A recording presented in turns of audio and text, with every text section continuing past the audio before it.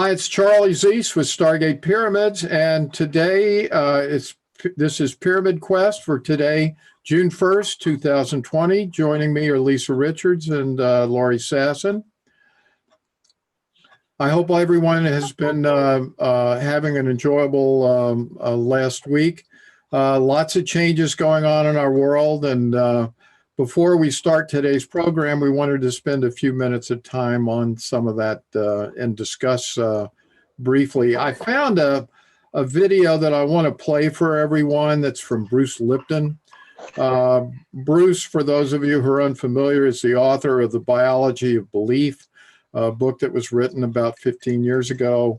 And it really began, it was the seminal work that began the new science of epigenetics.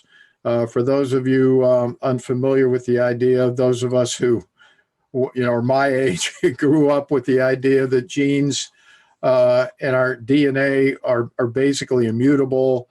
If mom and dad had something, then we're going to get it, and so forth. And people use this as an excuse not to take control of their own health. And so Bruce's work demonstrates that nothing could be further from the truth, that we are all able to heal ourselves, and that it's actually our thinking and our environment that have the major roles to play in disease. So with the coronavirus presenting all of us with an opportunity to learn from this experience, Bruce has done a quick video. This is actually a shortened version that I'm going to be showing you of some longer ones that he's done on this topic. But essentially his message here is going to be that this is an opportunity to learn that the fear itself is what's causing the disease to be more pronounced than in years past. So anyway, with that said, I thought I'll go ahead and open up, and we'll show this video. Hold on just a minute.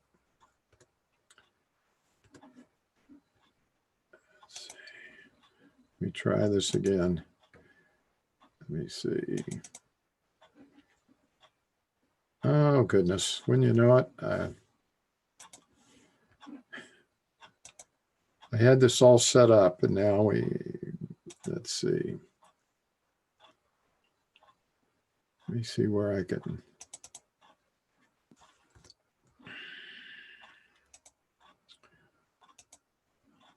Well, while I'm having technical difficulties, Lisa, why don't you, while I'm getting this set up, Lisa, why don't you tell people about the website and its status and so forth? Okay. Yep. So mainly the YouTube page is what we're covering. So the Pyramid Science Foundation, we've been working on uploading all the episodes of Pyramid Quest to the new channel. So instead of the Stargate Pyramids channel, eventually here we're going to start utilizing the Pyramid Science Foundation YouTube channel. So we just need all you viewers to go there and subscribe to our channel and subscribe to the notifications, so you're going to be aware when we switch over. We don't want you to miss an episode. We'll keep you informed of when we're actually going to set a date on switching to that account permanently, which it'll be probably a couple weeks or something down the road, but we'll keep you updated. So if you can, even right now, go there, just subscribe to Pyramid Science Foundation, the YouTube channel, and that's all we really need you to do for now. Okay, cool. I'll get this set up in a minute. While we're doing the updates, we might as well talk about those before we start the video.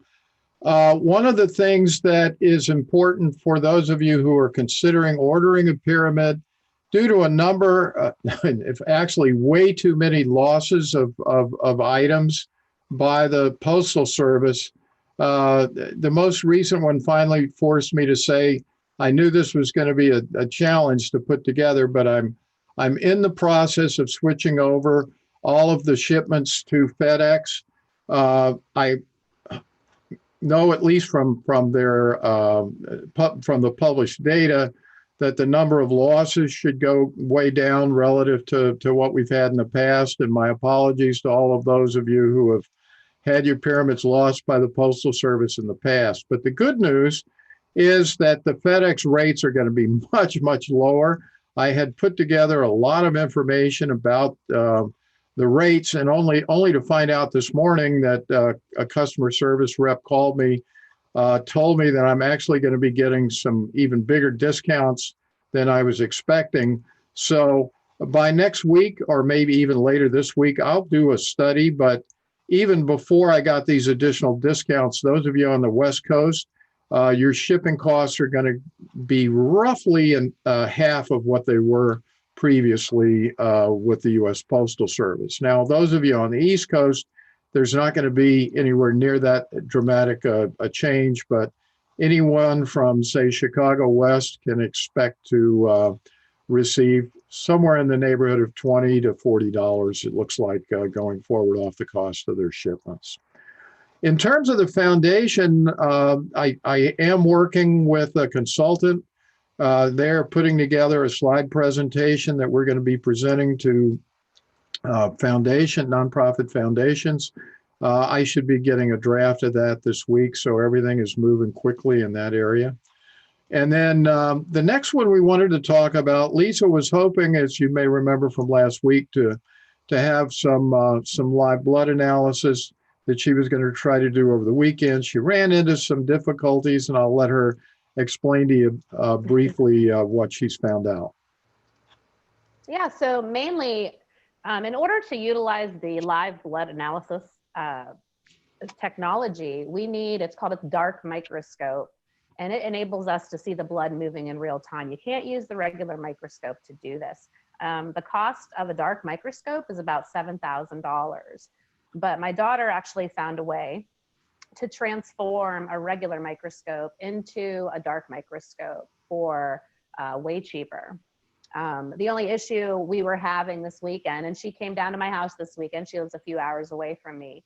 We are planning on doing some testing, but the lens of my microscope that I have doesn't hold the oil properly. In order for you to see, if you're familiar with microscopes, there's an oil that you must put on some of them before you put the slide on in order to see what's going on. Every time we would move the slide, the oil would fall off and we wouldn't be able to see what was going on. So we weren't able to do any research this weekend, but we need to order another part for that.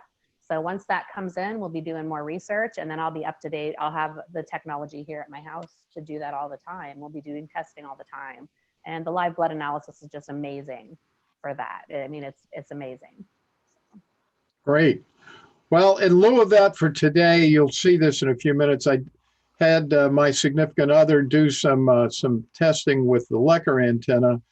We didn't have time to record it, but I'll be showing you the qualitative results that we achieved with the Caduceus coil and sound healing a little bit later in the show. So the next topic, I just can't tell you how excited I am about this possibility, but I'm going to let Lori tell you everything about it, because she's the person who's put in the effort to get this potential contact with Alexander Golod, who, for those of you who are familiar, is actually the person who was in charge of all of the Russian research and the construction of the Russian geometry pyramids in Russia. You know, not much to say other than I saw it on Wikipedia all about him, and there were some links to contact him or get in touch with him. And I sent something to say, this is what we do every Monday. We sit in pyramids based on the pyramid that you built in Russia. And we'd love to have you on the show, and we'd love to hear more. And from his son, very excited that he said that there was an interpreter as well. So there wouldn't be a language barrier when we have him on. So I'm very excited. And like I've said time and time again, I don't care what time of day. If it's 2 a.m., I'm doing it. I'm just so excited. Yeah. Well, I can't wait to hear back and to try to get that set up, because there's so many questions we all have for him. So that's exciting. Very exciting news. And then finally, we're going to be talking about Caduceus coils a little bit later and the results that we got, but we're working on some prototypes, and the group is also going to be having a session later today with G.W. Hardin. Tom Nornberg has also been developing a prototype frequency generating app. So we're going to have lots of new products available for you in the very near future. So anyway, here is, at last, I see what happened. I had these put up on a tab, and I must have lost it before the show. So my apologies for that earlier, but we're going to show the Bruce Lipton video now. Can everyone see it? Stress hormones shut down the immune system to conserve energy so I can run away from Not yet, Charlie. And I go, it's so powerful. You don't see it? No, we don't see it. I see you, and we hear it. Well, we'll try it again. Let's see what we have to do here. I don't know. All right. Can you see this page? No. No. Okay. Not yet. Well, interesting. All right, let me try it again.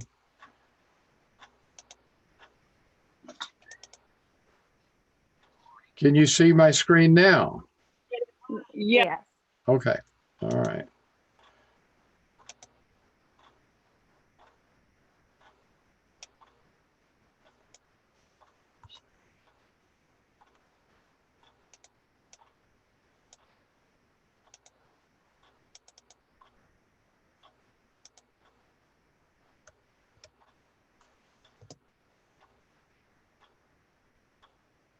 As we're waiting for you to do that, Michael says, that's interesting about the post office. There's chatter about U.S. Postal Service permanently closing. All parcels are protected. Stress hormones from shut down the Can you immune see it now? system to conserve energy so I can run away from the threat.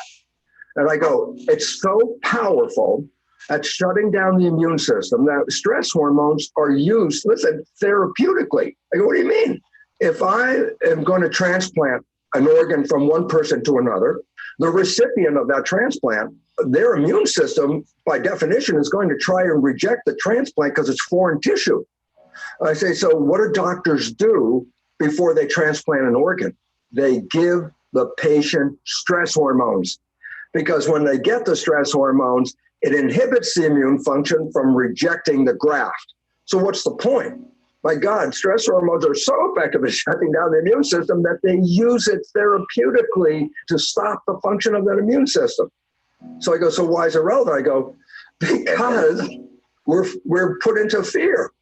And everybody who listens is now afraid. The difference between, let's say, last year's flu season, I'm coming on the news and I go, the flu season is back this year, and as usual, you have to take care of yourself, and about 0.1% of the population will have severe problems with this, but that's annual. That's the way it is. Or I come on this year and I say, my God, the flu is here. We're all going to die. Millions of people are going to die. And all of a sudden it's like, that's a different news report than last year. That scares the hell out of me. So stress is opening up our system from attack, from anything from electromagnetic fields to viruses. And we have to understand that stress is the bigger problem in the immune system. Well, the first straightforward advice is this: we have to maintain our physiology and our health. And so basically I say, well, how do you do that? And I go, it's not that difficult. The number one thing is this: first of all, eat food that is good for you, not industrial farm, but organic, natural, healthy food. Industrial farm food is loaded with chemicals that influence our system in a very negative way. Taking care of your nutrition, number one, is important because we nourish ourselves. And if you shorten the supply of nourishment, of course, you're going to be open to sickness. Number two is to take advantage of vitamins and supplements and things to support us because our food isn't that great. Anything we can do outside to enhance our immune system, let me just add, especially vitamin C. When we support ourselves that way, we strengthen the immune system. And then third thing, watch what you're thinking. Because the moment you are thinking of stressful things like, oh my God, I'm not working for weeks and on my job, my salary, do I have any money? Fear comes from that. Can I pay the rent? Fear comes from that. Am I going to die? Of course, fear comes from that. And I go, these fears are the primary things that inhibit the function of the immune system. You want to stay well?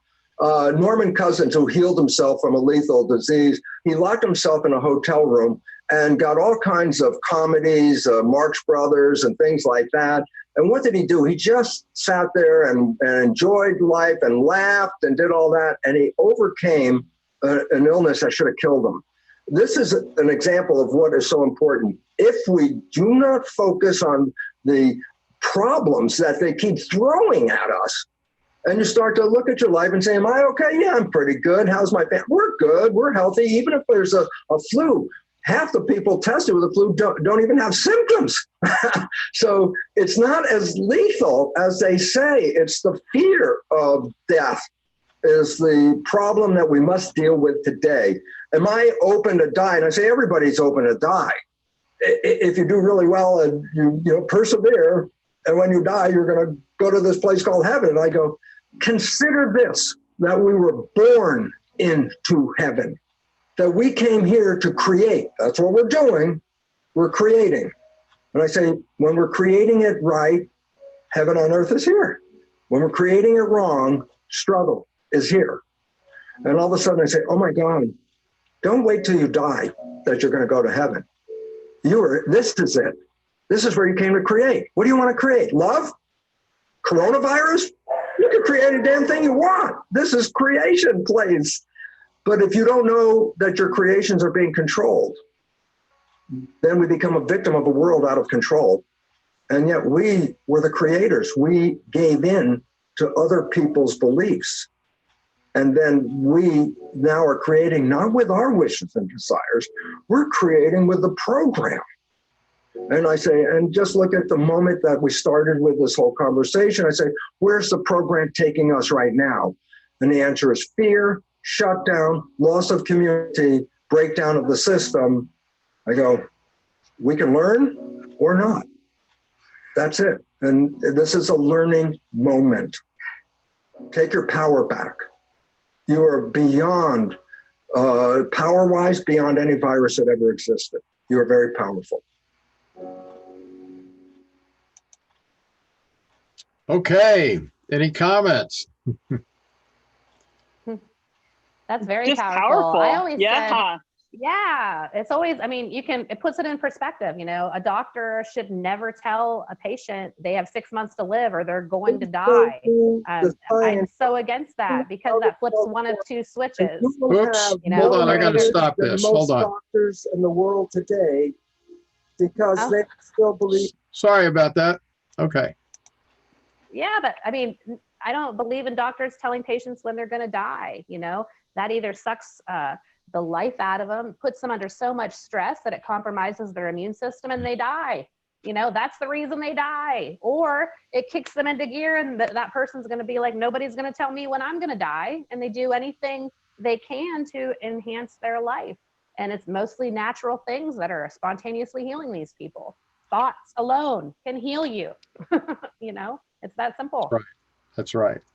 It's funny when you say that because most people, when they hear cancer or you have cancer, they immediately have this, I just got the death penalty. That is the immediate thought some people have because of what they've seen through the medical industry and how conventional medicine has done what it's done in the past. Yeah. Mm-hmm. There's a doctor called Leonard Coldwell. He's on Facebook a lot. He wrote a book about cancer. He cured his mom of cancer. And he said that we've all had cancer in our lives at least 9 times, but it goes undetected and our body spontaneously heals it like it was designed to do. It's these tests, these preventative tests. People walk into the doctor and don't have any symptoms, but they come out saying they have stage 4 cancer and they're going to die in 6 months.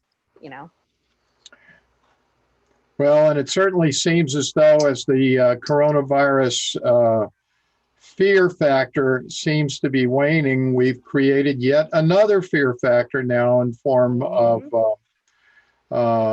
these riots around the country. And I hate to put it in those terms, but we've gone from Russiagate to Ukraine Gate to coronavirus, and now we're having these problems. It really does look as though there's some sort of an agenda here, and so and I feel it's just going to get worse. Let's talk about that just for a moment, because here in Omaha we have had quite a bit of rioting, and even our chief of police said, "Hey, we're okay with this. Let's do peaceful protesting. We are okay with this. Let's And I say allowed, but has been a part of it. Most people share the same feelings about George Floyd and what happened there. Absolutely. And we all want justice. We all want to see justice done there, because that should have never happened. Now, having said that, we have on Craigslist, Lincoln's Craigslist, and Tifa, we are willing to pay up to 1,000 people, $25 per hour for protesting in Lincoln and Omaha. And it was interesting to me last night because we have something called Omaha Scanner here. So we can watch everything live while that media person is out there filming it. And what I found interesting is there was another person, taking to the streets saying, I have over 1,600 viewers, would like to interview you. Would you like to talk to me? And a guy said, I was protesting in Lincoln, and then he meant to say Omaha. And I thought, a lot of us know these are not people from Omaha. These are not people from Lincoln. These people are coming from somewhere else. It's not something we do to our city. And we've recognized this. And so it'll be interesting. There were lots of arrests last night. We had a curfew from 8 to 6 a.m. 8 p.m. last night to 6 a.m. I'm sure it's going to continue. Yeah. Well, in my state of Pennsylvania, I know we've had problems in both Philadelphia and Pittsburgh, and I live in Harrisburg. Yep. I think there were problems in downtown Harrisburg as well. So, Pittsburgh was on lockdown. It was on a curfew as well. They weren't letting people in or out of the city. The tunnels were blocked. Traffic was backing up. Yeah. So, it's tragic, but I think we all need to understand we need, just as with the coronavirus, we need to take our precautions, but we cannot allow fear to control our thinking. We have to stay positive and know that we are the people who create our own experience. So with that said, what a better way for that second wave of coronavirus to all of a sudden appear, Well, get the fear, get the immune systems compromised, and bam, now it's even worse than before. You should have listened to the government. This is why we're in control and you guys shouldn't be. Right. Exactly right. So anyway, we're going to move on now to begin our study today of the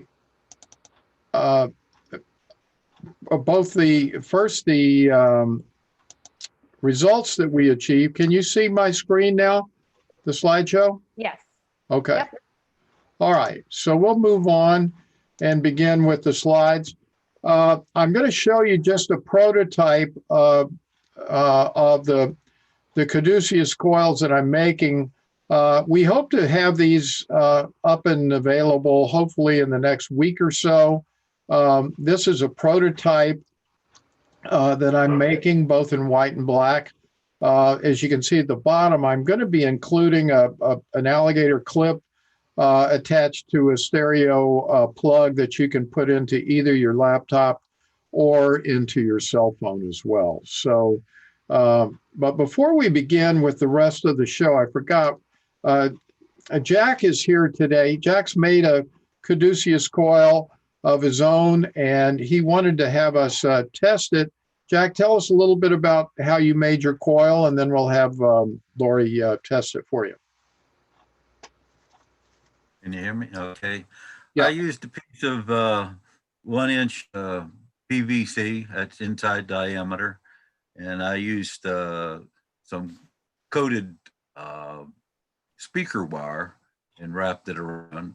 I had fun trying to get it to stay on the pipe, so I started taping it every couple of wraps, and then I taped everything on top of all that. And I used the mono wire, and it doesn't want to stay in my phone. I have to hold it in order to get it to play in the coil. So Yeah. So, Lisa's going to tell me how much, or if any, successful I was with this. okay. That would be Lori. Okay, so Oh, you know I'm what's sorry. interesting?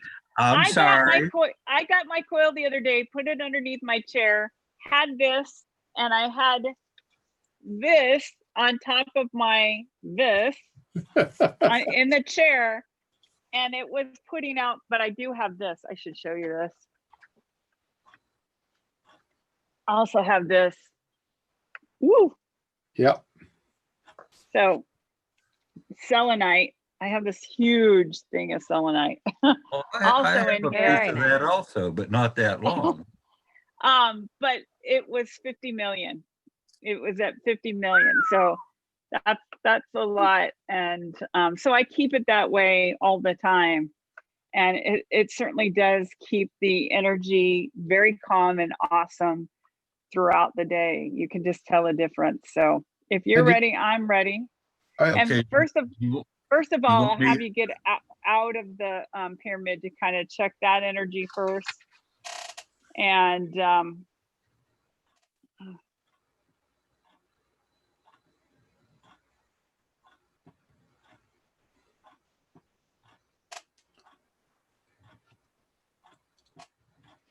okay, so Jack, you're currently at 13K. Is anything in your pyramid right now?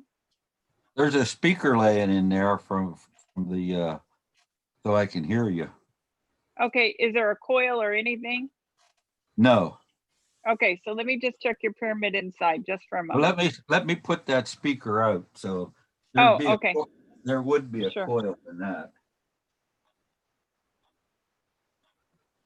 I got tight quarters here. Okay.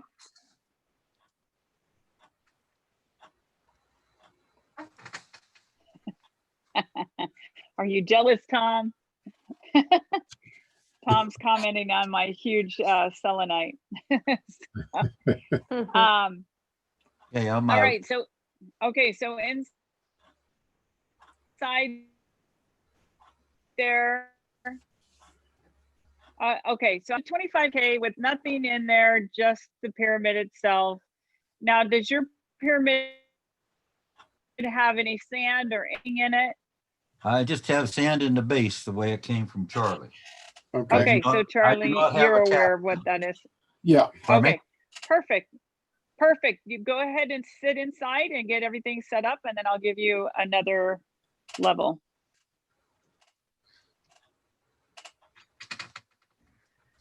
You want to do it without the coil being Yeah, activated? let's do it without the coil for just a moment. Great thinking. I was just thinking for a moment, boy, we're getting really good at this, guys, because Charlie has been able to be at 35, and we recognize that he had a magnet with it. Magnet on top. That's right. Yeah. That's right. And I mean, we're starting Yeah. to really realize how we can upgrade just. So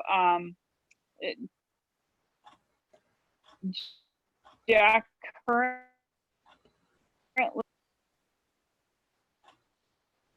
currently you're at a 50K, nothing's going on. 50K, that's pretty good. Okay.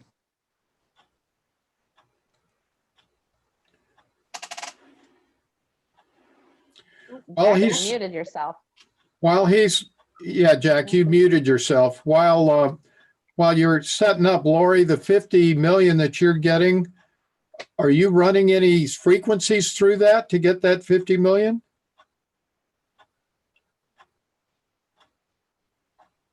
Not have is Lori's- like I said.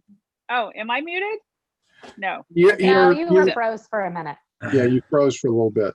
Oh, okay. So I have this, and then my birthday hat, and I'll set it on top of the chair. And then I have the coil underneath the chair. That's what's doing it. But you That's- said when you did all that, that you were getting a reading of 50 million. Were you actually playing any sound frequencies through that? Not at No. all. Wow. No. Okay. Okay. That's what I wanted to. Okay. Okay, I'm plugged in. Coil under my chair. And what frequency or frequencies do you have playing, Jack? 528. Okay. It's funny because it's taken you to a previous life.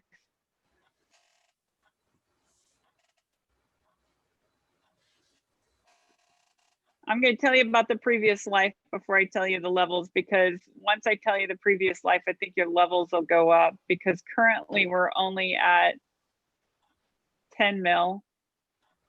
But in this, it was lifetime 555, you were being killed, and it was during a transformation. So you were going to another level of spirituality and were killed for it. But you weren't the only one. There were quite a few more that were with you. You know, my sight goes blurry. But saying that, energetically, something happened to your body just now with the energy, and now it's flowing differently with the coil and doing that.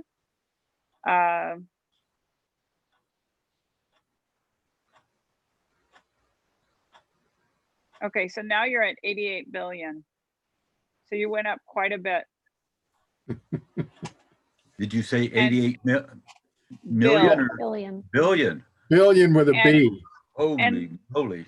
Let me just tell you, the main area I'm feeling for you is in your root chakra right now.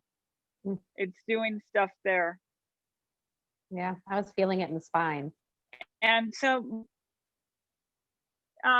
Charlie, do you have any suggestions on frequency? Otherwise, I'll give him one. You go ahead. You go ahead. I just wanted to know what the base case was. You go ahead.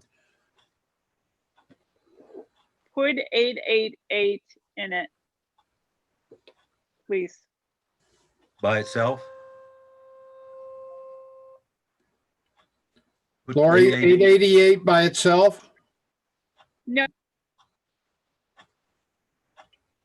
She's You're frozen freezing up, again. Lori. I'm so sorry. Okay, 888 you're on good. the coil. By Okay. itself, that frequency by itself? Yes, no other frequencies, but putting it in the coil, Yeah, correct? yeah, just the Okay. 888, nothing else. Okay. Okay. Yes. Okay, I'm getting there.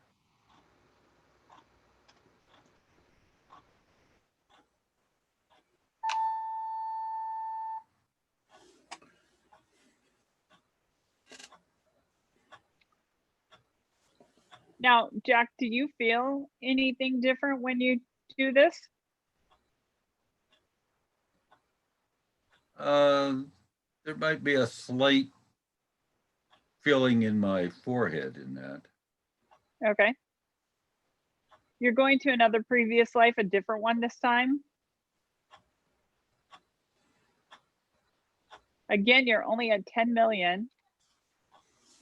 And it's doing something with your chest area. You were a leader in this lifetime. And being killed for being this leader.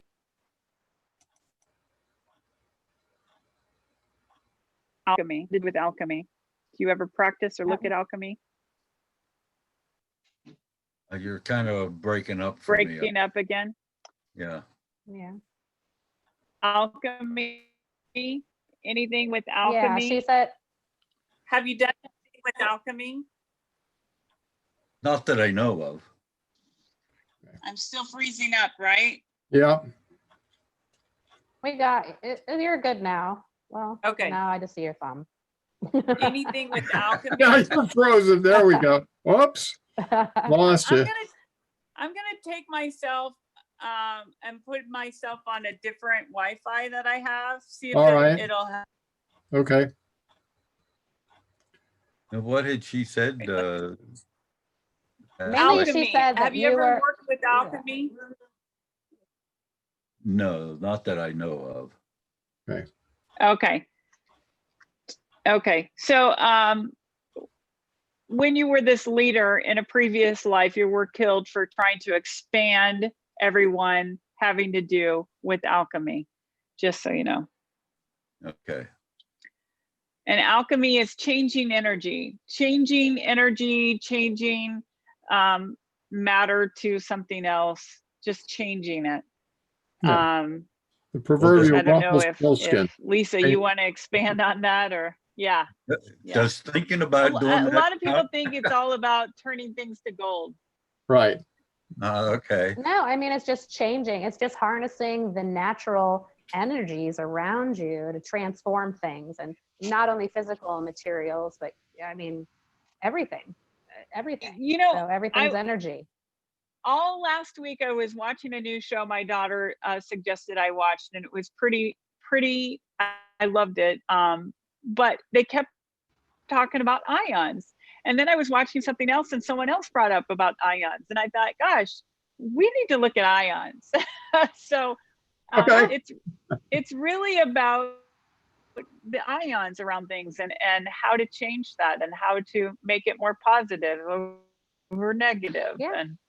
And Well, That's right. like words, you know, the kids laugh at me all the time because I say words are spells, you know, even if they're joking around about something negative, I'm like, words are spells. You're putting that energy out there, you know, or somebody's joking with me and I'm like, and I know they're joking, but I'm like, why would you even want to put that thought in my mind, even if it is a joke? You know, words are spells. They have energy. That's right. So.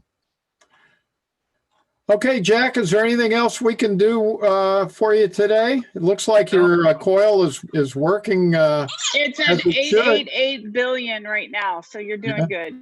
Yeah. Oh, all right. So Thank you much. all right. I'm gonna try the wood, the one that Gary had suggested. I'm gonna try it on a dial. Okay. Okay. We didn't find it was quite as powerful, but give it another try because we're still experimenting. Well, I want to put some laminar crystal in this one I have now and see what the difference it might be. Well, I'm sure that'll boost it up as well. So, okay. All right. All Thank right. you. Okay. We're going to move on now to our presentation. And this slide is a depiction of the information that Carol, my significant other, and I did on Friday. For those of you who are unfamiliar with the Lecker antenna, I'll give you a brief background on it. The Lecker antenna is a subtle energy testing device and a qualitative measuring device. It was invented by an Austrian physicist named Ernst Lecker about a little over 100 years ago. And we've used it for a number of different topics to measure the energy fields. Our most famous, or at least popular video in the pyramid area, we used the Lecker antenna to demonstrate the difference in the energy fields between a copper and a PVC pyramid. So just by way of explanation here on this chart, we've used in the left-hand column, it's called frequency. You'll see we have a base case, and that's really just the pyramid itself with a capstone on it and also quartz sand in the base. So we'll talk about those results. And then going down the page, you'll see that we have 4 sets of frequencies, 528 alone. And then we do some chords with 222, 444, and 999, 222, 444, and 1011, and then 222, 444, and 1455. And we do all of those either using the Caduceus coil or just playing those specific frequencies with my cell phone. So those are the scenarios. We have 3 different frequencies that we've measured here. The first one in the list is called 15.3, or divine energy. This particular frequency is a measure of the electromagnetic balance of the body, and also it's a measure of the cosmic and telluric energies inside the pyramid. The second one over, 9.1, is a measurement of electromagnetic pollution. And then finally, in the right-hand column, the frequency of 1.1, which is the frequency of unity or sacred space. Now, the best information that we have on that topic comes from Acmos, which is a Lecker antenna manufacturer in France. And they say that just finding a frequency of 1.1 is an extremely rare situation. And that's why I wanted to point that out. Acmos is probably the most recognized source on the planet in terms of information and their Lecker antennas. So when you get a Lecker antenna from them, there's they indicate that there's very, very little chance of finding this, but we are going to find that we are able to achieve this throughout the pyramid as we go through this analysis. So, so to start, in the base case, again, we didn't have a cell phone on, so there was really no EMF pollution to measure, but the divine energy that we get just from the pyramid itself, we can find that energy beginning about 1/3 of the way down from the top of the pyramid, and it goes all the way down to the bottom. Now, interestingly enough, and by way of comparison, when we go over to the right-hand column and look at the unity or sacred space frequency of 1.1, it actually starts at the top of the pyramid and goes down about 1/3 of the way. So essentially, we're finding this divine energy where we don't find the sacred space or the frequency of unity. So it looks as though, you know, where the unity and sacred space stop, that's where the more prosaic, I guess, divine energy begins inside the pyramid. So when we then look at the 2 528 frequencies, the first one on the cell phone, the divine energy starts once again about 1/3 of the way down, and it goes down to the bottom of the pyramid, just like in the base case. With respect to electromagnetic pollution, we find that pollution exists at the bottom of the pyramid and goes pretty much all the way up to the very top. However, the sacred space goes from the top of the pyramid to about half of the way down the pyramid rather than 1/3 of the way. So we can see that unity or sacred space has been enhanced purely by introducing the 528 frequency into the pyramid. Now, when we add the coil, we find an enhancement of all of these energy fields, and this is what should be expected. The divine energy can be found from the top to the bottom of the pyramid. There is no frequency of electromagnetic pollution, and in the frequency of 1.1, it goes from the top of the pyramid to just above the floor. Now, remember, we've got the only the 528 frequency going in these two cases. Now, when we add the 222, 444, and 999 and play those as a chord, Hardin has explained to us that by playing 2 or more of the frequencies together, in this case the 222 and the 444, we create harmonics, which create all of the other solfeggio frequencies in that particular seed, but we're including the 999 as well in this case. So with the iPhone, the divine energy field goes from the top of the pyramid to about 1/2 of the way down. With only the phone, and the electromagnetic pollution goes from the bottom of the pyramid to about 1 foot above the ground. You'll notice that when we did the same thing with just the 528, the EMF pollution went all the way from the base almost all the way up to the top. So we've eliminated a lot of the EMF pollution with just playing those 3 chords together with the phone. And in the unity sacred space, we find that that energy field goes from the top of the pyramid down again to about 1/2 of the way down. But once again, when we add the coil to this process with the same frequencies, we get the divine energy from the top to the bottom of the pyramid. We have no electromagnetic pollution, and the sacred space goes from the top to the bottom of the pyramid. And Carol had me include here, for some reason, of these 3 chords that we played, this seemed to have the strongest energy field for the frequency of unity.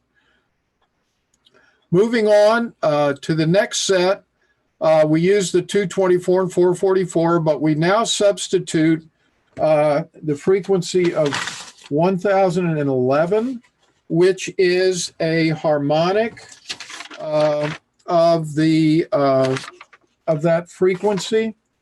Excuse me, it's the fractal tone. Sorry, that G.W. Hardin has come up with for the 9th seed. And again, for divine energy with just the phone, it's going from the top to the bottom of the pyramid. The electromagnetic pollution from the bottom of the pyramid to about 1/3 of the way up.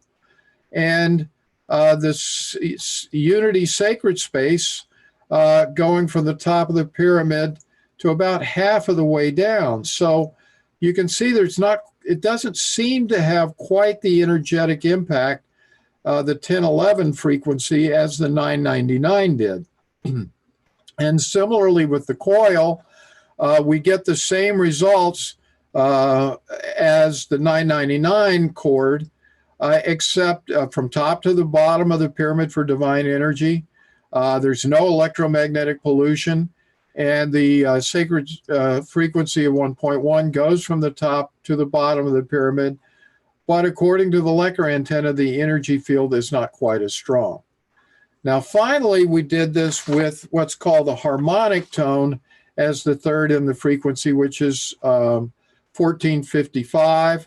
And you'll see that the divine energy starts at the top and ends about 1/3 of the way down. There is electromagnetic pollution at the very bottom of the pyramid, and the sacred space or unity frequency of 1.1 starts at the top and ends about 1/2 of the way down. And with the coil, it starts at the top of the pyramid and extends about 1/3 of the way down. Rather than going from the top to the bottom, there's no electromagnetic pollution, and the unity sacred space seems to go does go from the top to the bottom of the pyramid.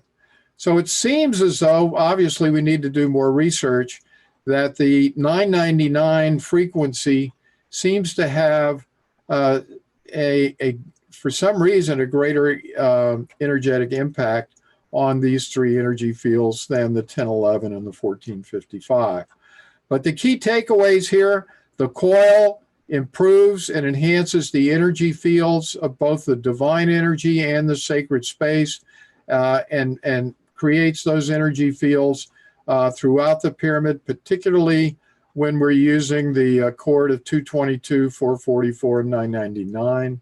The introduction of the 1011 and the 1455 seem to attenuate the energy fields to some degree. So a lot more work to be done here, but just for our purposes today, I can't wait to start getting some research back from Lisa when she gets, her lens from, back and is able to do these. And we're obviously going to be talking to GW right after the show today to discuss these results and many others to get some insights as to where we should go next with our research. So that said, we're going to head on and talk about an article that I found about a month ago on scribed.com called Medicinal Music, an Anatomy of Music and the Healing Arts.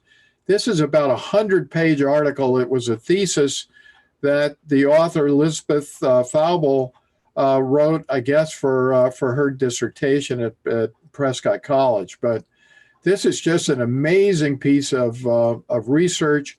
I've covered a lot of the highlights in this, and I think there's a lot of takeaways that we can take from this thesis.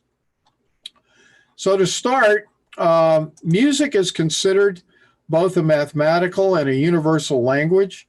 6th century BC mathematician and philosopher Pythagoras' presentation of the musical ratios and intervals that we use in the majority of compositions today gave us our first hint of the existence of the music of the spheres. Pythagoras' music of the spheres theory equates the distance between the planets of our solar system to musical ratios, primarily the octave, the 5th, 4th, 3rd, and I guess that's minor 7th intervals, and proposes that each planet emits a sound. The closest, slower moving planets emit lower tones, while the farther planets emit higher pitch tones as they move faster. Pythagoras' ancient instincts were very close to what modern science has discovered concerning the distances between planets.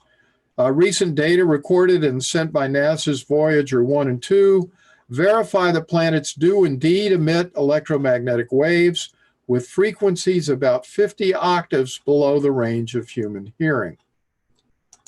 And I will say as well that at this point that subsequent research, there's some scientist from Europe whose name escapes me right now, who has put together a concept called global scaling. And he shows that the universe, the size of the planets, the distance of the planets away from each other, all follows this very theory that Pythagoras put forth thousands of years ago. So anyway, from the proportions of the moon to the Earth, the orbits of the planets in our solar system, and the molecular structure of planets themselves, to the formation of coral, the proportions of the physical body across human and animal species, to the composition of crystalline structures, seashells, and plants, phi is found everywhere on the physical plane, as we all know from our previous research. Moreover, phi is present in sound and light frequencies, as well as in gaseous and liquid elements, and basically every element listed in the periodic table. The human body is built on phi, depicted Leonardo da Vinci's Vitruvian Man. The Nautilus shell blatantly displays phi in the Fibonacci sequence in its golden spiral. The divine proportion, also called the golden ratio, golden section, and golden mean, phi appears to be the mathematical foundation of creation from the base elements in the periodic table and cell reproduction to the measurements of our bodies and the celestial ones. Phi is known as the basis of geometry, trigonometry, and numerical sequences. The Fibonacci sequence stems from pi in its infinity. Phi lies at the core of ancient sacred geometric patterns, foremost of which is the flower of life shown in the diagram below. The flower of life is found in ancient structures, holy places, sacred texts, and religious traditions of advanced cultures throughout history, including, and look at this list, Egypt, Turkey, India, China, Tibet, Yucatan, Israel, Ireland, Scotland, Italy, Austria, Bulgaria, Denmark, Hungary, Spain, Japan, Morocco, Syria, Lebanon, England, and Greece, among others. In all places and traditions, this geometrical form is called by the same name, the flower of life, as is known by those cultures to be the blueprint for all creation. The renowned Mayo Clinic is currently using radio waves to Can disintegrate. I just say something really Sure, quick about the please flower do. of life? Okay, I got to tell you, one time I was in a place called Camp Chesterfield, where it's known for spiritualist people that want to know more energetically to go there in Indiana. Cool place. While I was in the library, I happened to pick up this book and I just kind of flipped through it and my heart fluttered. And I put it back down, left the whole building, and I thought, wait a minute, I need to go buy that book. So I went back in, bought the book, could not believe when I was reading it how synchronistic everything was when I was reading the book. I would read the book. I was kind of alone to myself, married with my, 3 kids, doing basketball stuff, doing all this other stuff and work, getting my master's in computers. I mean, a lot of stuff I was doing. And yet I would read this book and things would happen outside in my outside world that I was reading about in this book. So it was pretty cool. Flower of Life. It's by Melchizedek. Oh, yes. He's fantastic. Okay. So anyway, the Mayo Clinic is using radio waves to disintegrate cancerous tumors of the liver, gallbladder, and kidneys using a process called radiofrequency ablation. Now, I think it's fascinating that in the last century, we had pioneers such as Royal Rife and Hulda Clark, who were vilified and whose careers were destroyed for using this very type of frequency-specific use to get rid of cancer cells. But anyway, the Mayo Clinic is now at it. And as the author continues, if sound can create as it does, if sound can be mathematically arranged as it is, and if sound can permeate as it will, we can use sound as a most powerful source of healing, balance, and creation with which to rise above the current vibrational level of our personal and collective realities to a higher level of being. Because sound is so powerful and can affect us in our environment so intensely, we must be aware of that power and use it wisely in order to create a better future and eliminate the cancerous and defeating influences that so pervade our current reality and poison our search for higher meaning, holistic well-being, and advanced consciousness. The relatively new field of sonocytology is the study of cell sounds.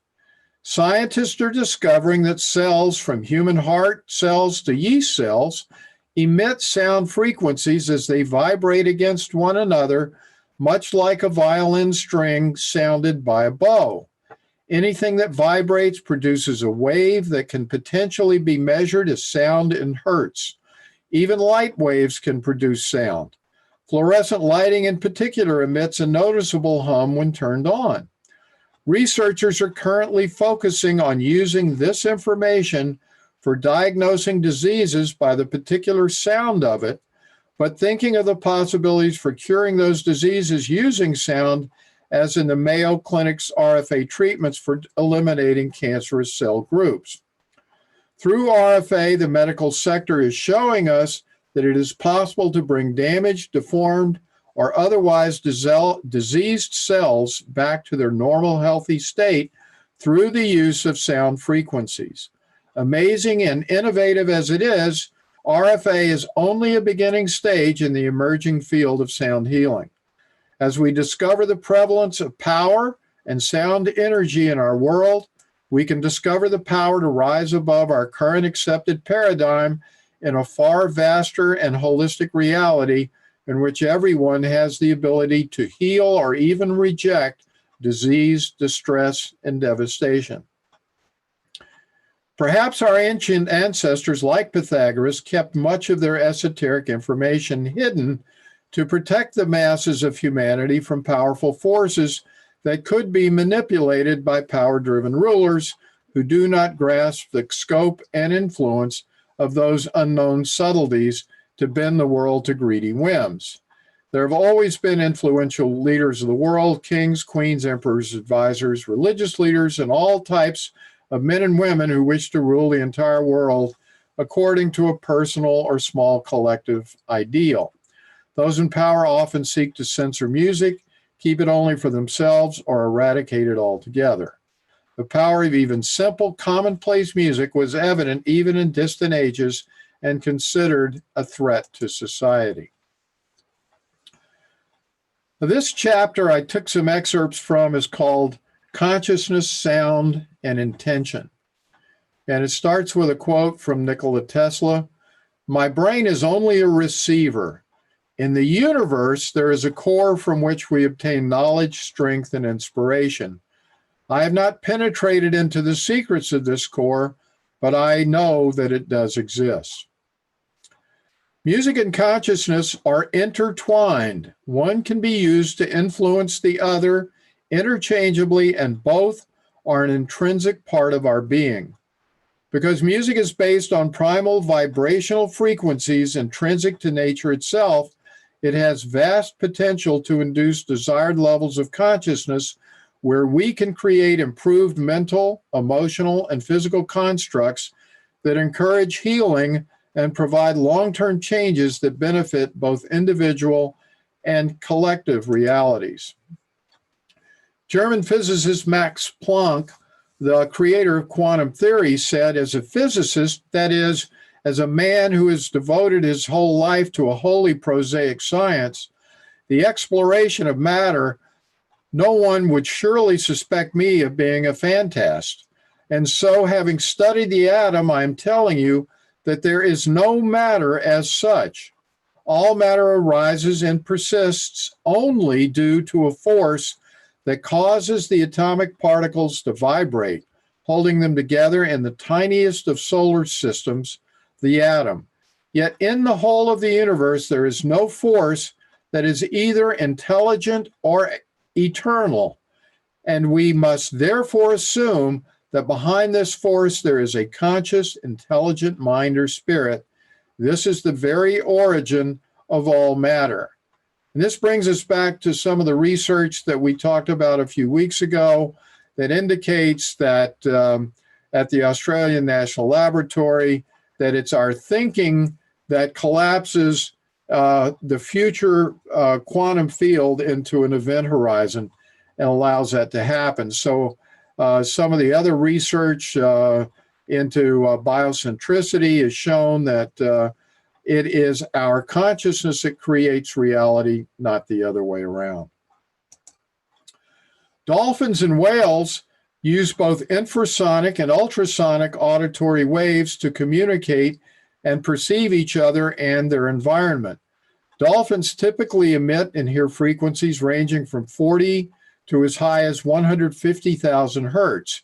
Their lower frequency emissions are used for social interactions, while higher resonances are used in echolocation activities, which means dolphins can hear the neural oscillations generated by our thoughts, which are emitted in the form of brain waves. While humans cannot hear frequencies lower than 20 hertz, we can hear the natural harmonics of 8 to 12 hertz, which is the frequency range of the brain in relaxed alpha consciousness. One reason we find dolphins so enchanting, loving, and therapeutic is that the frequencies between 8 and 12 hertz and their harmonic frequencies of 72, 144, 256, and 432 produce healing effects in humans. This, in addition to other mathematical reasons, is why musical pitch tuned to 432 is known as scientific tuning in the world of music. In essence, all multiples of the 8 hertz frequency deliver the same healing benefits to our mind, body, and spirit. I'm not sure I totally agree with all of this, but still, I'm going to continue reading on. Neuroacoustic research has demonstrated that listening to 432 serves to relax and calm the body, which I agree with. focus the mind, assists in the release of emotional blockages, and expands consciousness. Now we're going to go to a section called Sound and Collective Consciousness. Here the author talks about collective consciousness as the basis behind social protests, which are fostered by a strong shared sense of uniting with others in a common experience and coming together to enact a change in accordance with the desires of the group. Tima Kaplan explores collective consciousness through women's protests in Spain, held from 1910 to 1918, which resulted in improved wages, food supply, and better jobs.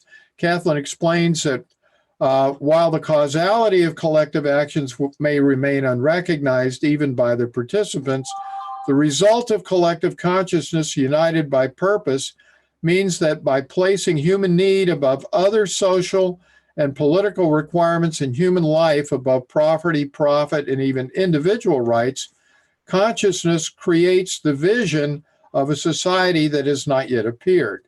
Social cohesion rises above individual rights and quality of life over access to institutional power. A stark example of the ability of humankind to manipulate collective consciousness lies in Adolf Hitler's ability to organize a vast social movement focused on peer selection through genocide in order to purify the human race according to his ideals of perfection. The Nazi movement resulted in global conflict and the deaths of over 50 million people, as the vaster majority of opponents to this paradigm saw no alternative than to react with violence in order to thwart the dark purpose of the Nazi regime.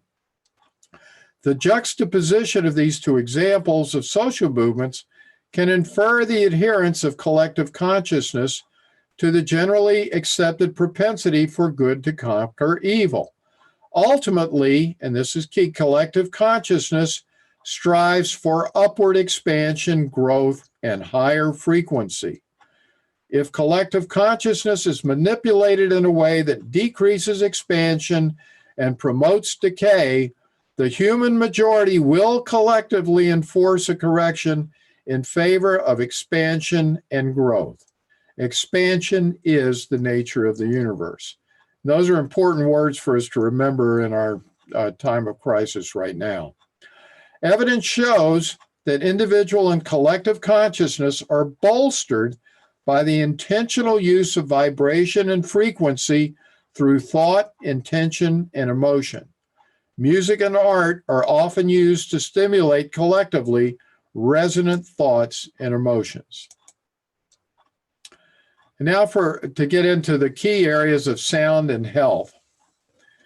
We start with a definition which I think is interesting. The Oxford Dictionary defines health as the state of being free from illness or injury and a person's mental or physical condition. The first definition is a fairly good one, but the author goes on to say that she'd like to augment it a bit. Rather than a state of merely being free from illness or injury, I propose that good health is a state of prime operating condition on all levels cooperatively: body, mind, emotion, and spirit. Good health is an integral energy incorporating all facets of life in everyday operation. The absence of apparent illness or injury is only that. It does not imply anything higher than that. Just because our bodies do not indicate an illness or injury does not mean that we are capable of operating at our prime resonant frequency at that time. And that is what we will be referring to health as throughout this chapter: prime resonating frequency. When many metronomes are placed together and the bars plucked at different times, very soon the metronomes will all begin to swing together to the same tempo. When one metronome is plucked at a different time than several other metronomes in sync with each other, that out-of-sync metronome will sync up with the rest, and this is called This process is called entrainment. Now, for those of you who haven't seen this before, there is I'm trying to see if I've got that page. I'm going to look this up on YouTube. There's a great picture or a video which will show you some metronomes that are going to start out of sync with each other. Well, if I can get it. And it's going to show how they go back together. It's a very fascinating piece here. Let me see if I can exit full screen and get to where I need to get to. Just a second. I had all these marked and I lost them. I apologize earlier in the session. Here we go. Can you see my screen? Can you guys see my screen? Nope. No, we can't see it, Charlie. Okay. Well, let's see here. Let me go back. Can you see? You don't see it now? Nope, Okay, let me try. not yet. All right, let's try it again. Let's try to share a screen. Let me try it one more time. Can you see my screen now?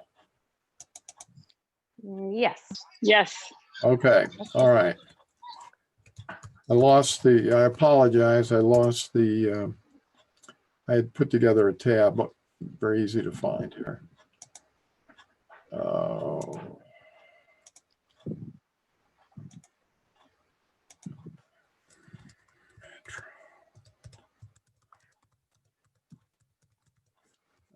Here we go. This will give you this is a classic demonstration of what we're talking about.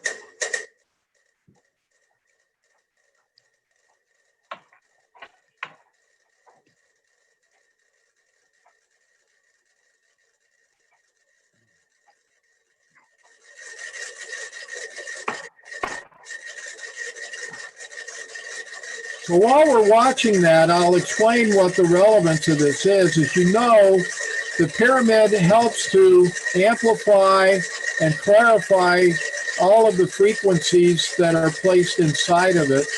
The Caduceus coil is expanding that ability tremendously as well. So what we're doing, in effect, is by using the Caduceus coil, by using sound frequencies for healing, we are literally doing what these to our body, which is filled with all of these asynchronous cells and frequencies. We will entrain the frequencies inside the cells in our body. And as you'll see right now, you'll see that those metronomes are starting to all go in the same direction. It started in the back and on the left side. And I'll be quiet now and you'll see how synchronous they're becoming.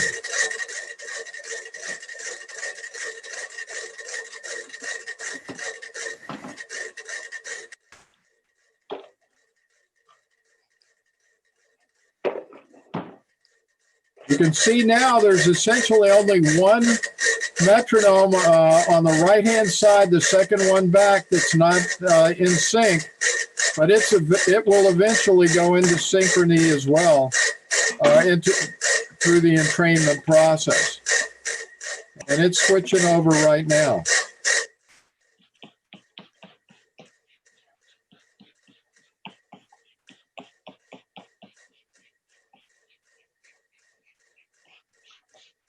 Hey, Charlie, my body's starting to do the same thing.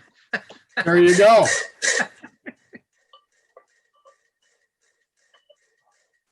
So that last one is a laggard, but it's just about there.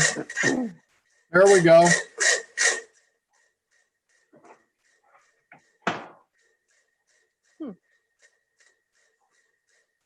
Well, that's enough. You get the idea. What we're doing here is nothing more than entraining our cells, our atoms, the energetic fields inside of our body to those that are most harmonious for health.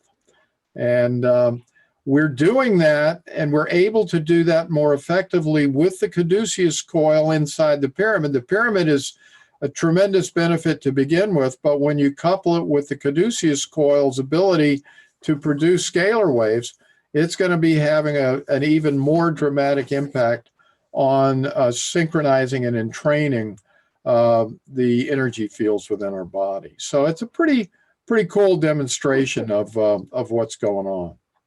So that is really cool, Charlie. It actually reminds me of some of the work of Greg Braden and how we can enhance the collective consciousness. You know, one person that becomes enlightened spreads to about 100 people, you know, whereas one person who resonates in negativity, you know, it's not going to be as powerful. You know, love always prevails over hate, over fear. And that's mainly what we're proving. And it spreads, and everyone's going to even out after a while. It just keeps spreading and spreading until everyone comes into unison. That's right. And that's what we need to keep in mind, that entrainment, higher frequency is going to always entrain a lower frequency. We're going to talk about that, or the author is here in a minute, but the reason why, as she will demonstrate, that we have disease is because the negativity or the lower frequency may overwhelm a cell or a group of cells at a particular time, and we just need to bring that higher frequency energy back into the equation. So let me try to get back here and get back into the presentation. Let me see what I can. Yeah, you're doing good. We can see your screen. Yay! Can you? Let's see. Can you see? Can you see my screen now with the presentation again? Yep. Okay, great. So we'll start back with this slide. Music clearly can help the healing process, but sound therapy could promote deep healing and cellular regeneration as well, or perhaps even better. The author's work with Tibetan singing bowls and vibrational sound massage has observable effects on the physiological, mental, and emotional states of clients. With VSM, she places different size bowls of specific frequency ranges on and around corresponding body areas that have a similar PRF in order to entrain the cells in that area of the body to their PRF. In addition to physically palpable vibrations, the bowls emit measurable waveforms containing many complementary harmonic layers that sound pleasing and soothe the mind and emotions by inducing meditative alpha and theta brainwave states. Some homebound clients have entered a delta brainwave state within 15 minutes, probably due to the feeling of being in a safe environment, combined with personal trust and the VSM's multidimensional vibrations. So what we're doing essentially with the coil is what she's doing with the the bowls. I think that we may actually have a better solution here, and we're going to be looking forward to those tests to test that out. Clinical administration of vibrational frequencies is not necessarily required for patients to experience astonishing recovery from chronic and terminal disease. Self-administered sound healing techniques can be very effective in reducing the side effects of traditional therapies like chemotherapy and radiation. In addition to serving as a wonderful complementary therapy to allopathic treatments, sound healing can be effective without traditional medicine. There are seemingly miraculous cases of medical recovery, symptomatic termination, or halting of the progression of so-called incurable diseases like cancer and multiple sclerosis in patients using sound healing techniques without conventional medical treatment. Mental disorders seem to stem primarily from a crisis of ego, a need to feel at once an accepted part of society and protected from the dangers of it. ADHD, autism, bipolar, borderline personality, schizophrenia, and other mental disorders share common themes of defensiveness, projection, mental instability, paranoia, and detachment, among others. People with mental disorders have the same natural desire for intimacy, acceptance, bonding, happiness, trust, and safety as those with normal functioning mental processes. But the reward systems in the brain have been blocked. Modern medicine recognizes that the blockage of important neuroreceptors is a main component of mental disorders, but how those pathways become blocked is debatable. Is it a purely chemical failing, or does it stem from prior traumas and neural conditioning in response to the failure to release those traumas in a timely manner? Some argue that foreign influences like vaccines or intrauterine environment are the main culprit.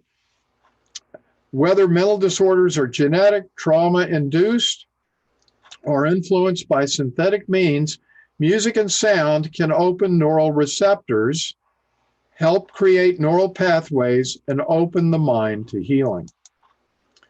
By incorporating the prime resonating frequencies to our cosmos in the popular music that reaches the masses, we could begin to influence a change in the mindset of our global culture. And she goes on to talk about various ways to do that through music.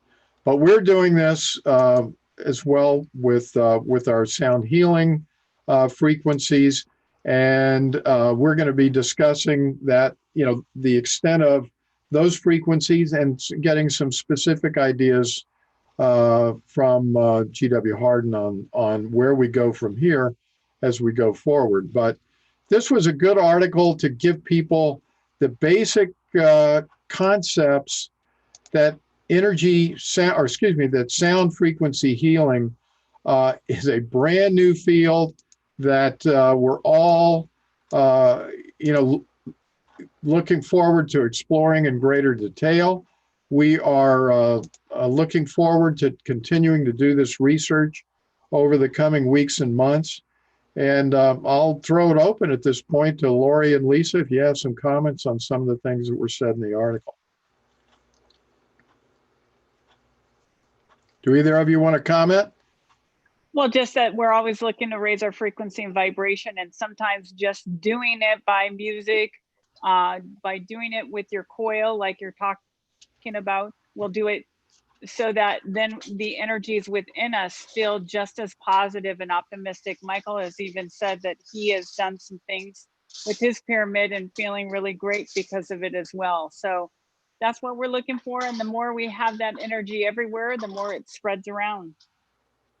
Okay. Yeah. And the more, it goes back to the beginning of this episode when we were talking about how powerful your thoughts are. Your thoughts alone are healing. You need to resonate with that same vibration. Listen to the music, feel the love coming from it, and let it increase your vibration and change your thoughts and focus on the good. Well, there's a professor in it, Francis, Jim Donovan, who was part of a band called Rusted Root, and he does a healing thing that he calls it sound health, I believe. But he kind of does it where you get a frequency set up where you're hitting your leg like this, tapping, and what it does then it affects your vagus nerve. And he says people have been cured of a lot of things just by following that kind of a rhythm. And then there's more to it than just tapping your legs, but it's a rhythm that sets up a frequency that causes healing. Sure. And I'll tell everyone a story about how I lowered my frequency last week.